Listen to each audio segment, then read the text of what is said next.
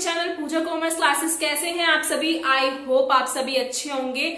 बच्चों, हमारा चल रहा है फाइनेंशियल मैनेजमेंट और उसमें हमने लास्ट वीडियो में कवर किया था फाइनेंशियल मैनेजमेंट होता क्या, उसके ऑब्जेक्टिव क्या होते हैं और उससे हमारे कितने डिसीजन निकल के आते हैं। तो हमने समझा था कुछ 3 डिसीजन होते हैं हमारे। एक होता है डिविडेंड डिसीजन, एक होता है फाइनेंशियल डिसीजन और एक होता है इन्वेस्टमेंट डिसीजन।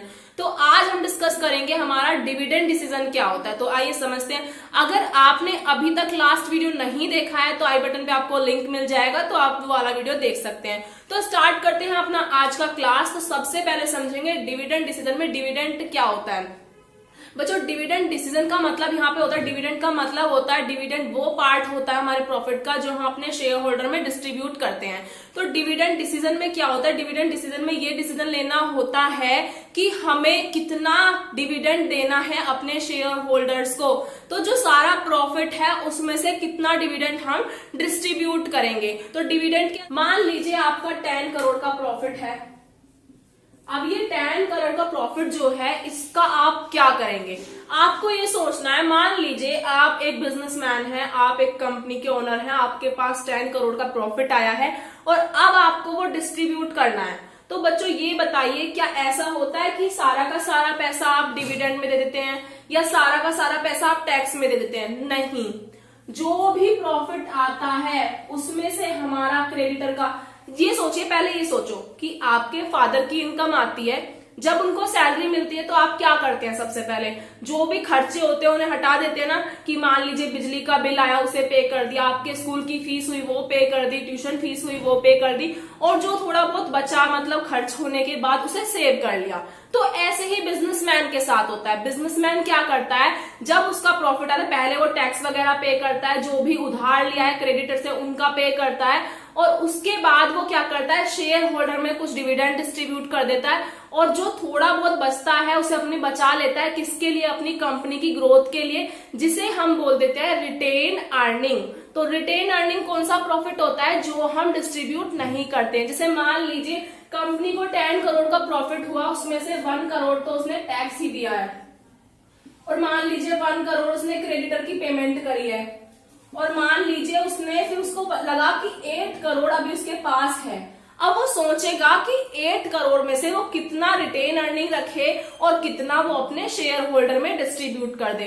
तो शेयर होल्डर, आप पता ही होगा बच्चों, इक्विटी शेयर होल्डर होते हैं और आपके प्रेफरेंस शेयर होल्डर होते हैं। अब बच्चे कहेंगे मैम हमें क्यों पता होगा, पता ही नहीं रहता, कोई बताता ही नहीं है। तो नॉर्मली बच्चों शेयर होल्डर आपके 2 तरह के होते हैं, इक्विटी शेयर होल्डर और आपके प्रेफरेंस शेयर होल्डर। तो प्रेफरेंस शेयर होल्डर वो शेयर होल्डर होते हैं जो रिस्क नहीं लेना चाहते, जिन्हें क्या होता है सिर्फ हमें मिलता रहे, हमें रिस्क नहीं लेना, हमें लॉस नहीं झेलना है।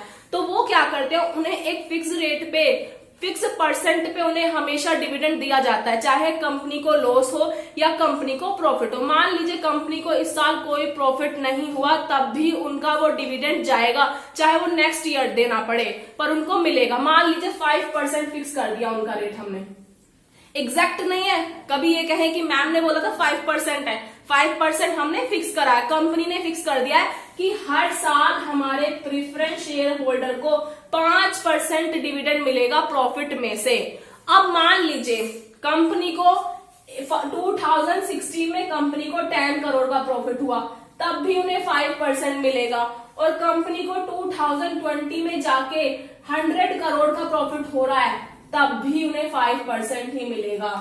तो वो रिस्क बियर नहीं करते हैं। बट हमारे इक्विटी शेयर होल्डर वो होते हैं जिनको डिविडेंड प्रॉफिट के अकॉर्डिंग दिया जाता है, वो रिस्क बियर करने के लिए रेडी रहते हैं। उनको क्या रहता है, जितना कंपनी की ग्रोथ होगी, जितना कंपनी का प्रॉफिट होगा, तभी हमें अच्छा प्रॉफिट मिल पाएगा। मान लीजिए अब कंपनी को 100 करोड़ का प्रॉफिट हो रहा है तो उनका बहुत फायदा होगा। मान लीजिए कंपनी लॉस में है तो उनको भी लॉस होगा, बट जब कंपनी का फायदा होगा तो उनका भी फायदा होगा। अब जो हमारे ये है प्रेफरेंस शेयर होल्डर है, इनको लॉस तो नहीं हो रहा है, बट लॉस ही हो रहा है एक तरह से। ये 5%, 10 करोड़ में 5% ले रहे हैं और 100 करोड़ में भी 5% ही ले रहे हैं। बट हाँ, इनको ये नहीं है कि इनको कभी नहीं मिलेगा, इन्हें मिलता है बट 5% नहीं मिलेगा। बट बेटर हमारा कौन माना जाता है? इक्विटी शेयर होल्डर माना जाता है।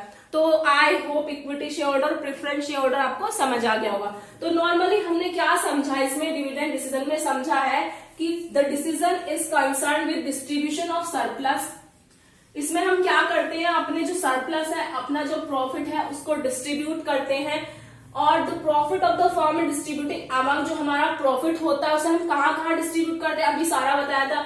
बहुत सारी पार्टीज होती है, सच एज क्रेडिटर में डिस्ट्रीब्यूट कर रहे हैं, एम्प्लॉयज में डिस्ट्रीब्यूट कर रहे हैं, डिबेंचर होल्डर को दे रहे हैं, शेयर होल्डर को दे रहे हैं। तो यही कहा है कि इसमें क्या होता है, डिस्ट्रीब्यूट करते हैं हम अपने सरप्लस का, वो भी डिफरेंट डिफरेंट पार्टीज में हम दे रहे हैं। और हमें ये देखना होता है कि अब डिविडेंड जो है वो कितना डिस्ट्रीब्यूट किया जाएगा।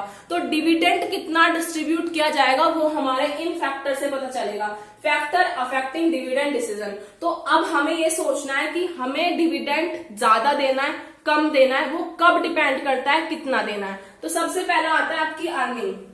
अर्निंग का मतलब क्या है, अगर कंपनी की अर्निंग अच्छी है, मान लीजिए कंपनी की काफी अर्निंग है, बढ़िया कमा रही है कंपनी, तो उस टाइम पे क्या होगा, कंपनी हाई रेट डिविडेंड देगी। हाई डिविडेंड का मतलब क्या है, अपने शेयर होल्डर को ज्यादा डिविडेंड पे करेगी, रिटेन अर्निंग कम रख लेगी। मतलब रिटेन अर्निंग, अब कंपनी अच्छा कमा रही है, ग्रोथ तो उसकी हो ही रही है, तो उसे ऐसा तो कुछ है नहीं कि पैसा बचा के अपनी ग्रोथ के लिए लगाना है ज्यादा से ज्यादा, उस टाइम पे नहीं है। अब कंपनी अच्छा कमा रही है, अच्छी अर्निंग है, तो उस टाइम पे कंपनी क्या करेगी, high rate of dividend declare करेगी अपने शेयर होल्डर का। नेक्स्ट आता है कैश फ्लो पोजीशन। अब बच्चों क्या होता है, जो हमारी कंपनी है वो कैश में दे रही है शेयर होल्डर को, एक तरह से डिविडेंड जो दे रही है। अगर कंपनी की कैश फ्लो पोजीशन अच्छी होगी, मतलब अगर कंपनी की कैश फ्लो पोजीशन बढ़िया है, उसके पास अच्छा कैश है, सब कुछ है, तो वो क्या करेगी, डिविडेंड ज्यादा डिक्लेयर करेगी। अगर कंपनी की कैश फ्लो पोजीशन अच्छी नहीं है तो वो डिविडेंड कम डिक्लेयर करेगी। तो आई होप ये भी आपको क्लियर हो गया होगा।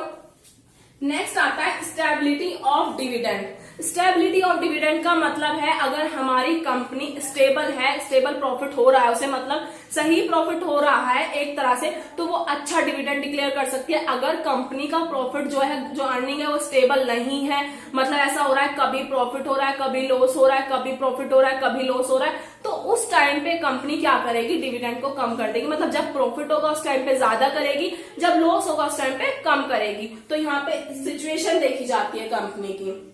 नेक्स्ट आता है टैक्सेशन पॉलिसी। अब जो टैक्सेशन पॉलिसी का मतलब होता है, जब company high rate of tax पे करती है। मान लीजिए कंपनी को 10 करोड़ का प्रॉफिट हुआ, उस टाइम पे ही उससे 3 करोड़ का टैक्स ले लिया। अब ये जो 3 करोड़ का टैक्स दे रही है कंपनी, तो इस पे 7 करोड़ ही बचा। तो इस टाइम पे कंपनी क्या करेगी, डिविडेंड कम डिक्लेयर करेगी। अब मान लीजिए कंपनी को 10 करोड़ का प्रॉफिट हुआ और उसको सिर्फ 1 करोड़ का ही टैक्स देना पड़ा, अब 9 करोड़ उसके पास बच चुका है, तो वो वहां पे ज्यादा डिविडेंड डिक्लेयर करेगी। तो आई होप बच्चों ये चारों पॉइंट आपको समझ आए होंगे। नेक्स्ट है हमारा स्टेबिलिटी ऑफ अर्निंग। ये सेम पॉइंट आपका डिविडेंड वाला ही है, सिंपल है। इसमें यही है कि अगर हमारी कंपनी की जो स्टेबिलिटी ऑफ अर्निंग है वो अच्छी है, मतलब एक स्टेबल पॉलिसी चल रही है कंपनी की, हाँ अर्निंग अच्छी हो रही है, हमें मान लीजिए इस साल भी हमें अच्छा प्रॉफिट हो रहा है, नेक्स्ट ईयर भी हमें अच्छा प्रॉफिट हो रहा है, आने वाले सालों में भी हमें अच्छा प्रॉफिट होता जा रहा है, मतलब अर्निंग अच्छी चल रही है, तो उस टाइम पे जो डिविडेंड डिक्लेयर किया जाएगा वो हमारा ज्यादा डिक्लेयर किया जाएगा। अगर मान लीजिए कंपनी की अर्निंग अच्छी नहीं चल रही है, हर साल लॉस पे लॉस, लॉस पे लॉस हो रहा है कंपनी को, तो उस टाइम पे हमारा जो डिविडेंड है वो थोड़ा कम डिक्लेयर किया जाएगा। नेक्स्ट आता है प्रेफरेंस ऑफ शेयर होल्डर।